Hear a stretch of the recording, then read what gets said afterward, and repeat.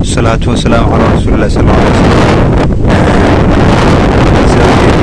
maanta ka hadlaynaa geedkan loo yaqaan Spandayska waa mid kamid ah fruit treeska ama geedaha laga gurto faakihaadka geedkani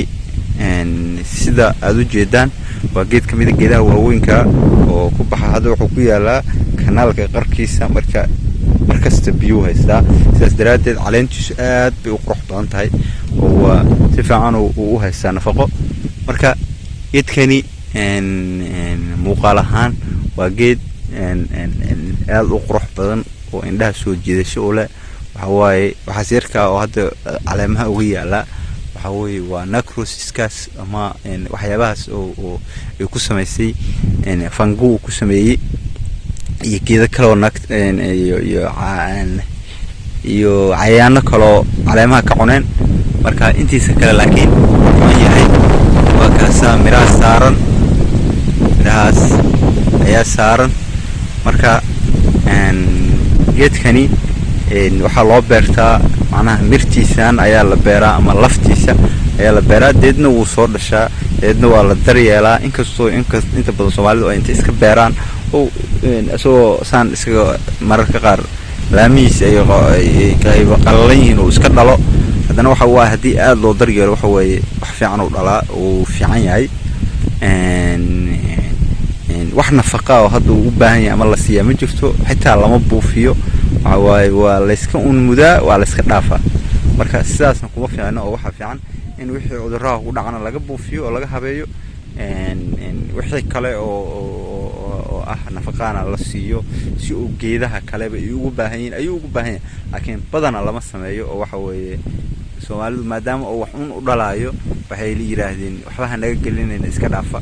marka waxaan rajaynaynaa in la ogaado faa'iidada uu leeyahay geedkani geedkan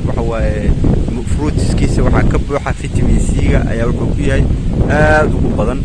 marka way qurux badan tahay in la isticmaalo waxa laga sameystaa cabitaanada waxa la sameeyaa caadi inta loo jarjartaa la cunaa waxa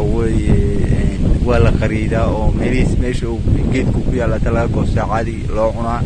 waxa faa'iidooyin aad u badan buu leeyahay oo jirka bini'aadanka difaac u sameeyaa oo wuxuu qoriyaa white blood cellska waa fruitska aad ku qiimaha badan wuxuu leeyahay dhanaan buu leeyahay wuxuu leeyahay waxyaabo lagu macaansado oo markaad dalxiiskiisa kale aad isaga madadaalato waxyaabaha wuxuu ka mid yahay aad delicious waa marka geedkan waxaanu soo jeedinaynaa in aad loo isticmaalo la daryeelo uu ka mid yahay geedaha wuxuu ku jira cash crops geedaha la yiraahdo oo dad gurato aad suuqa iska geysan karto oo wax problem oo kusoo aan ku marinaynin marka waa aad u fiican wax dhaqaale macnaha fursad dhaqaale uu leeyahay wuxuu ku leeyahay fursad nafaqo uu leeyahay wax kale iyo wuxuu leeyahay endotoxin intaba marka waxaan rajaynaynaa in aad loo isticmaali doono oo laga taxadiri doono lana waafajin doono waxyaabaha uu leeyahay ama nafaqaadkiisa assalaamu calaykum waraxmatullaahi wabarakaatuh ku xirnaa beeraha TV si aad uga bogato barashada cilmiga beeraha